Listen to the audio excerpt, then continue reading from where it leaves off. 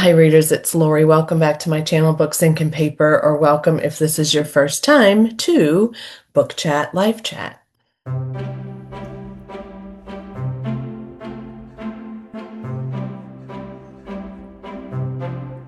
Yes, it is time for Book Chat Live Chat because I have just a lot of things swirling in my head that I want to talk to you about and tell you about, but also that I need to get to. And so if I do this, then maybe I'll hold myself accountable. I have a book that I received for Christmas, so I'm going to haul that for you today. I'm going to show you something that I chose to use this next year for tracking my reading and for just kind of being more aware of what I want. I have some news about my Nook and what her name is. I have a book that I started reading that I'm going to share with you. I have a couple other little things, so let's just get started. I could tell you all about them, and then that would be sort of a spoiler alert, wouldn't it? All right, so let's start with the book I got for Christmas from my partner. I'm so excited. Psycho by Robert Bloch. I think it's Bloch. I've never actually looked and I've never actually read this book. I've watched the movie several times. I've never read it. But here's what's awesome about this book, okay? Awesome. It is a transparent cover for the most part with the blood all over it. But then you have the shower with the blood in it. You have bloody edges. I know, right? Like, I don't know where she got this. I have no idea, but I'm so excited. And then there's the drain on the end pages and the key to the Bates Motel. I know. So if you've never read Psycho or heard of Psycho, it is, as it implies with this name, a horror novel about a man who lives in this home, and he has had a mother who was incredibly difficult and challenging and treated him really, really badly.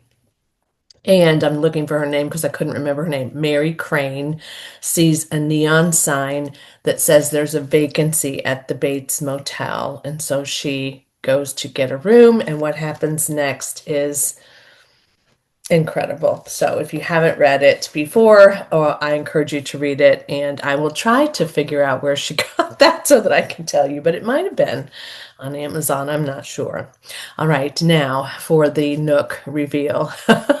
I'm going to do a video about what I've added to the Nook. This is what happens when you have the screen that has not been awakened. Then you push this little button, in case you were wondering, and that's how you awaken your Nook. So I did actually download The Language of Flowers the other day because that's one of my books that's going to self-destruct in 2026 if I don't read it, and it was on big sale. So I popped that in and I downloaded that. But I have officially named her now. We were thinking as a family about naming her Galinda from Wicked because she's so glittery. And indeed, that's the only thing that was coming to me for glittery. And then I realized that I wanted to name this in some way after a book, and that of course would have worked, but after a book or an author or a character, just as I did with my Kindle, which is Dolores Umbridge. I named the Kindle because of the cover, because it looked like a sweater that Dolores Umbridge would wear. So that's how she became Umbridge or Dolores. But in this case, I wasn't there. And then I thought about the word Nook. And when I thought about the word Nook, I thought about Little Women and Jo March up in the attic, reading silently, wanting none of her sisters to bother her while she was reading. And so this particular device, my Nook, is now named Jo March. Just so you know, I didn't want you to worry about her not having an identity all this time, right? All right, first I'm going to show you a friend of ours. She's an older woman that she's just an amazing, fantastic human on the earth and does a lot of dog rescue and fostering as we do as well. But she's also an artist and she made us some bookmarks. And I did not bring the other one in with me, but I'm showing you this one. She also gave me lots of beautiful little strands, and there's a dragonfly on this too. And if you've been a follower of my channel for a long time, you might have heard me say at one point that dragonflies remind me of my dad. And so when I see a dragonfly, I know that my dad's with me. In this case, this bookmark will stay with me whenever I put it in a book. So I'm so happy that she made this, and she made me another one. Like I said, I'll try to show you that. And I'm on page 113 of a book that I'm currently reading, which I talked about before. This is We'll Prescribe You a Cat. And I am enjoying it very, very much. I have finished with the first cat that was prescribed, and now I'm on the second cat, which is Margot. And last night when I was finishing up, the first one was called B, by the way, Bee. I realized last night when I was finishing this up that I think, and I'm going to check now because I don't want to be wrong, indeed, the whole first chapter of this book takes you all the way to page 94. So these are long chapters, but it doesn't read slow. It's very easy to read. It's translated. The author is Xiao Ishida. I'm not saying that right, I'm sure, but Xiao Ishida, who is Japanese, and she has written several other books beyond this one. This was a runaway bestseller in Japan, and I think it is here in the US as well. But it's so sweet and so cute, and I am enjoying that very, very much. Then what I decided to do was to purchase a a book of some sort that I could track some reading in. Now, this may have been, I said I wasn't sure I was going to do the creative piece in the book journal this year, and I'm probably not, although I could do a few things in there. But I decided I really wanted something that I could just fill out. It would just be so much easier if I could just fill this out. Now, I also have a spreadsheet. So let's be clear. I have a spreadsheet that I purchased earlier in the year, and I purchased it from, it's called a Earthy multi-year spreadsheet, and I'll try to find out where I ordered that from as well. But it was somebody that Becca at Books and Bujo had recommended to me. She had gotten it too, and it's like an I don't know, 6-year, 7-year spreadsheet. So I did start it in 2025, but I didn't finish setting it up, so I didn't keep up with it. I would like to keep up with that as well as this. We shall see. Or I may do one or the other. But I think if I were to do one or the other, it would be this one. So I got this from Novelly Yours on Etsy. And this is a book log and reading stats only. So there's no space. And she says this in her video, if you look at it. And as she talks about this, there's no space for reviews of every book, but there is a space for you to note every book. So there's a page at the beginning where you put your goals. In my case, it's intentions and new reading habits. There's a place for new releases in the years, in the year. There's a place for backlist books and for series and wish lists and pre-orders, which I don't do too much of. And then there's reading log for the year, which is lengthy. Like I could read, let me just see how far this goes. 300, 360. That would be a book, almost a book a day. That's not going to happen. All right. Then there's an alphabet A to Z reading challenge you can do. And then you can do your own challenge, make your own challenge. This one is to read 26 books in 2026. Then there's a 26 and 26 challenge as well. So you're able to track your progress as you do. You can make your own bookish bingo card and create your own challenge, which I like. That's so fun. And then I'm telling you, this is crazy. Series tracker again. So series tracker, I don't know that I will have that many series to track, but she gives you lots and lots of space to do this. So there's also favorites and habits. You can track that I screwed this up because this is a habit tracker and I wrote genres here. So I'm gonna, then I realized that I was supposed to write the genres here. So I'll just figure out what to do with that. But there's that. And then there's some dot grid paper for you to write something else on as much as you like. And then there's a month. Every month there is a intro page with your releases, with your monthly goals for the month, your TBR, which I started to write down, as you can see, spoiler alert for that video, and then wish list and pre-orders. And then that's when you can start writing your stats in for each month. And so each month has a really pretty cover. I didn't really let you see this one particularly long, but I really love that. And they're all mood related to the season that they are representing. So February looks a little like, Valentine's fancy stuff. And March, I'm not going to show you everyone, but it's really pretty. March is, of course, springing into March, but also a little bit of green and just, yeah, spring flowers and leaves. And so I think I'm gonna love this. I really, really do. And I've already started putting things into it. And I have some of those little page bookmarks that you can, magnetic page bookmarks.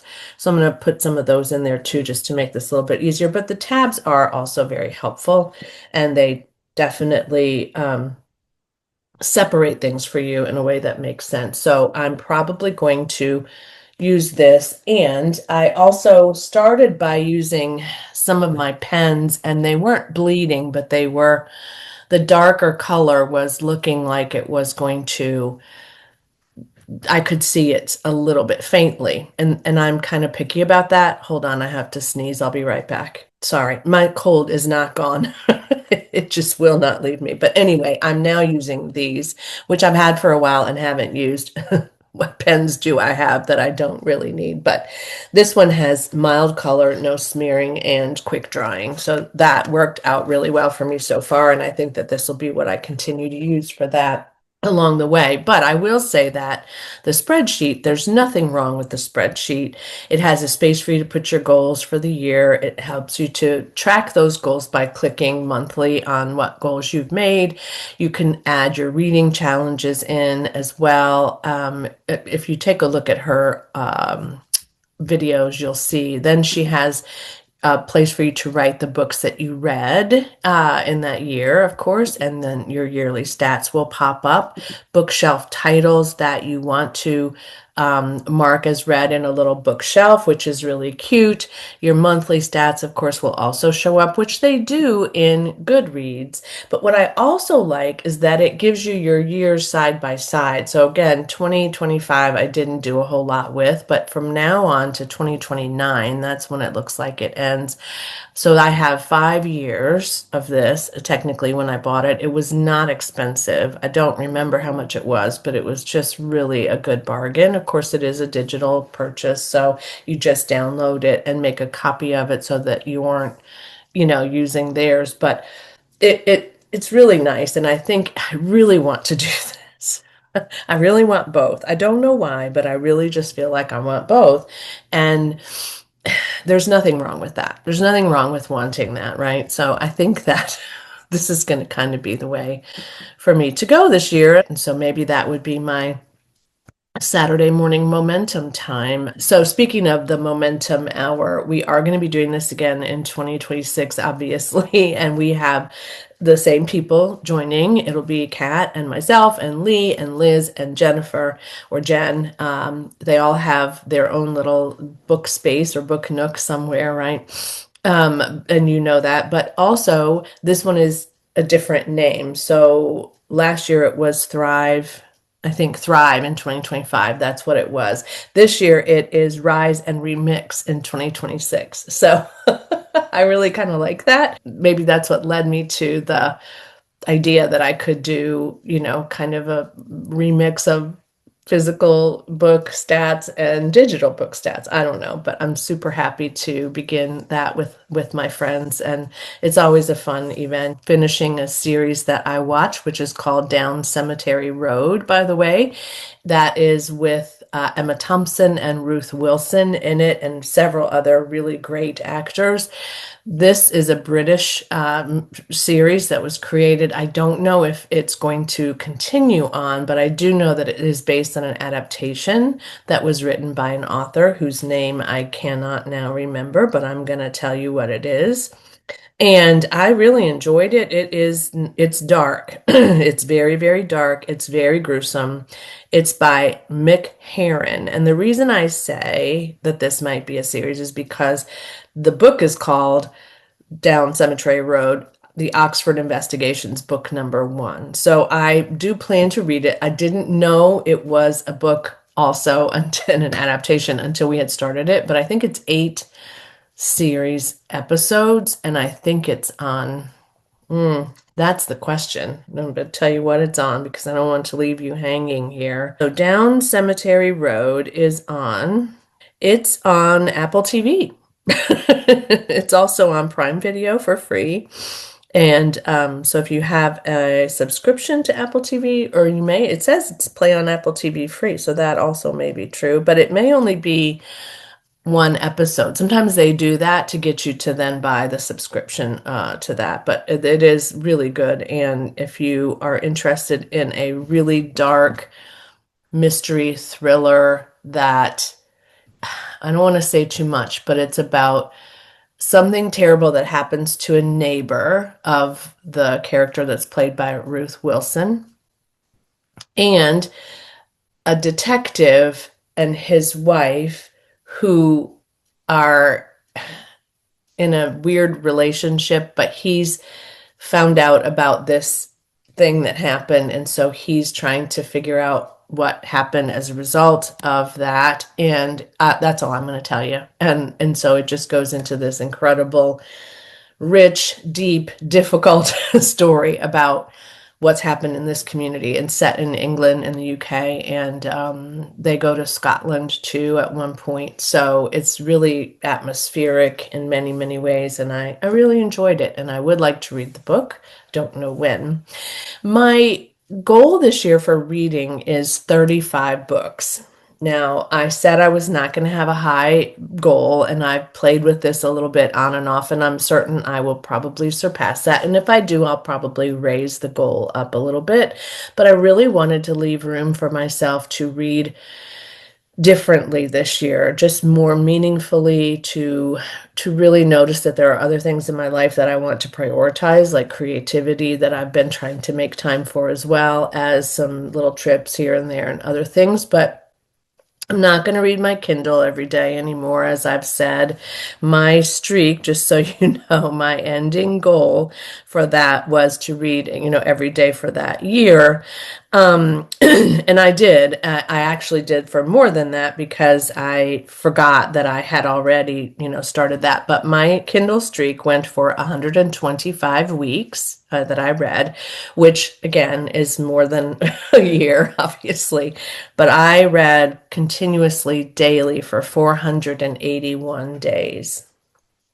When I got up this morning, I looked at my Kindle and it said 125 weeks, but there's no longer a day streak. And I'm not upset about that. Don't get me wrong, but it was weird because for so long I have been reading that every day. And for so long I've been just checking to make sure that it advanced for me, right? When I decided that that was my goal for last year. I don't have any regrets about making that a goal for last year, but I also recognize that this year I want to open myself up for space that will allow me to read in my Nook that I just got, but also I want to read more big books this year, I've said before, and I want to just kind of not be so like, I'll probably read every day still because I really do. It's just sort of a habit. It's been going on for a long, long time.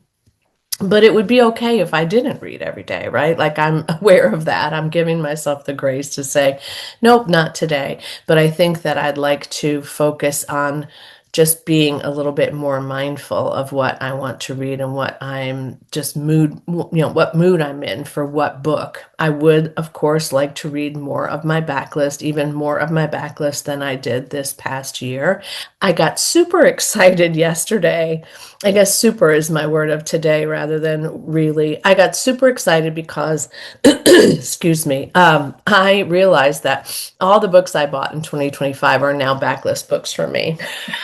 Was just like, oh my gosh, this is so incredible. I can read anything that I bought last year. And I wanted to read a lot of those, but opted for a backlist read in many cases. So this year is going to be incredibly great. I just know. And probably way more than 35 books, but that's also okay. Also, just wanted to let you know that in addition to being a Pango ambassador, where you can get $5 off of a brand new purchase from Pango Books if you haven't already purchased from them, I also updated and republished my Pango Books shop. So I have added 26-ish, I think, books so far, and I have others to add as well. I've already sold a couple, so that's been really happy. In fact, I sold them very quickly after I added them, so that was just like a real surprise. It's been fun so far, and so if you're looking for some used books at a good price, check out my Pango Books shop. All you have to do is look for Books, Ink, and Paper on Pango Books, and there I'll be. And if you want to, talk about a book or understand something about the condition or something that I didn't say in that description, let me know. Just reach out to me and I'll give you the info that you need. So that is something that I'm really excited about because it's going to help me not only purge my books, but also help me to not feel like I'm spending so much. And again, it's not like I can't spend this money, but I would like to just be more frugal this year about certain things like that, especially books. And so here we go. We're going to see how this ride progresses. I'm really happy that I ended up with that over and over and over again. And I'm also trying to make sure that if there are loose ends that I didn't complete, that I don't feel like I have to, oh my gosh, I have to do these now. I have to get caught up with this. So there's a couple of books I didn't get to that I really wanted to, and I'm not going to worry about it, or I'll get to them when I'm ready.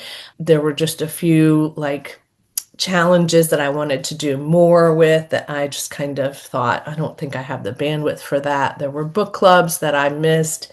And I probably can't read all the book club books every month because that's all I would probably be reading each month. So I have to just kind of choose very carefully and make a decision about that. I was excited to see, this is terrible, but I was excited to see that my library book club read this month in January is a book I've already read. It's Atmosphere by Taylor Jenkins Reid, which I think I recommended to them. I was like, oh, I could go but not have to reread it because I've already read it. So I'm probably going to do that just to support my library. But I'm also supporting my library in borrowing books, as I mentioned several times, to really look at what I want to read, new books perhaps, or even backlist books that I don't own, rather than purchasing them, go to the library, those kinds of things. But also I'd like to participate more in some of the events that my library has, and I think that would be a good thing for me and a good thing for them as well. So those are some of the things that I want to make sure that I get to do this year. All right, this is fun. This was a fun Christmas gift I got from my daughter and son-in-law. You may have seen these, but it's these little anxiety bookshelves. Those are some of my books that are on that shelf, and I have not spent a ton of time doing this yet, but I do want to. I don't doubt this is going to be very, very helpful to me, but here's how many of these books you get. Right. So, and you just can't imagine. So this one is Murder on the Orient Express. You won't be able to see it. They're so tiny. So they're all books that you've probably heard of. Little Women, Louisa May Alcott. This is The Left-Handed God. All right, so the goal is to put these on all of these shelves and not have them fall out. Or I guess the goal is to then let them fall out and put them all back together again. I'm just Like, talk about anxiety. I just love it though. I absolutely just love it. And I can't wait to get to this. Some of these are very contemporary. This one is the one that the memoir that McCurdy wrote not long ago. Game of Thrones is in here. Lessons in Chemistry is in here. It's really quite fun. I can't wait to play with this and to figure out Check and Mate by Allie Hazelwood, I think. Yeah, that's true. Yeah, so it's fun. It's a fun gift, and it was perfect. And when she said to me, I got the best gift for you, I don't need any suggestions, I don't need your list. I've really gotten all of your gifts done.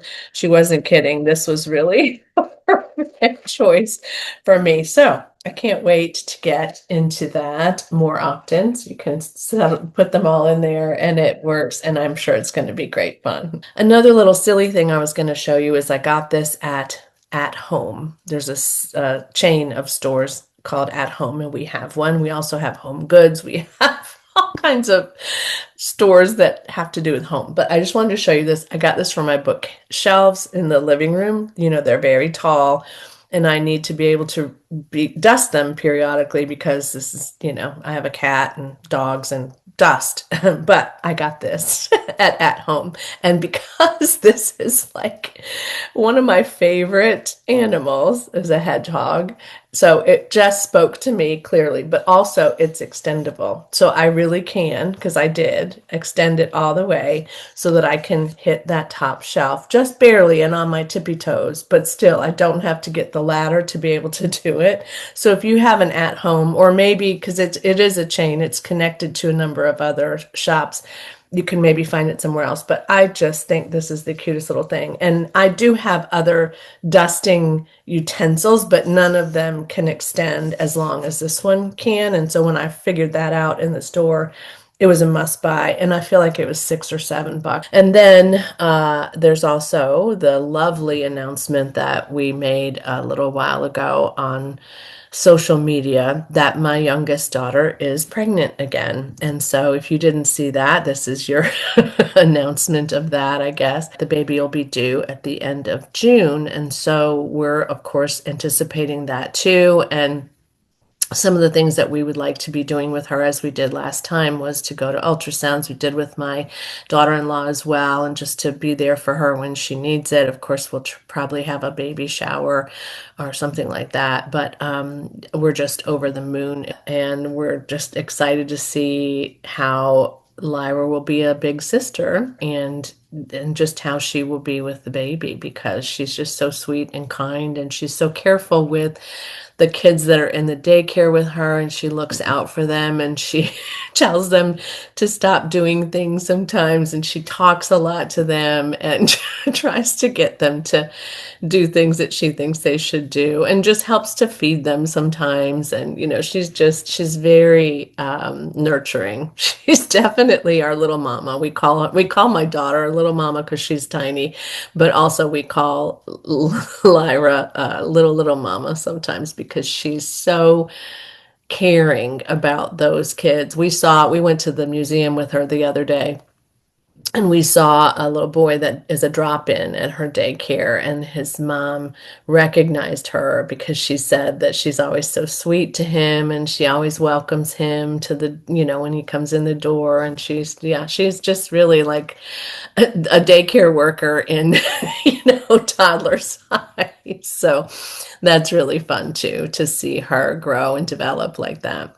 So I think that this is probably enough for you today. You're probably like, oh my gosh, but I just wanted to pop in and tell you a few things about what was happening, and a few things that I'm doing and reading and planning.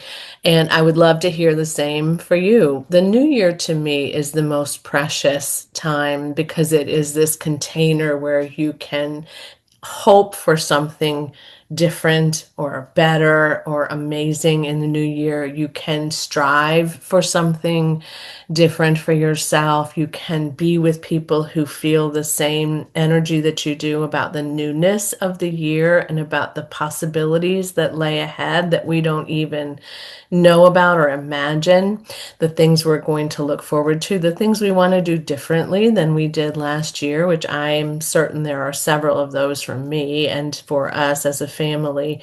But it's just such a space of possibility, and I love it. I just absolutely love the start of a new year.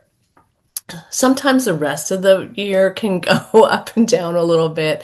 And for me, still, the heat is a big factor where I live in the summer. So I don't love summer as much as I love spring and fall and winter. But I don't know, there's just something about stepping into a new year that for me brings lots of rejuvenation and joy and hope and the promise for something that is fantastic. So I wish you all the same.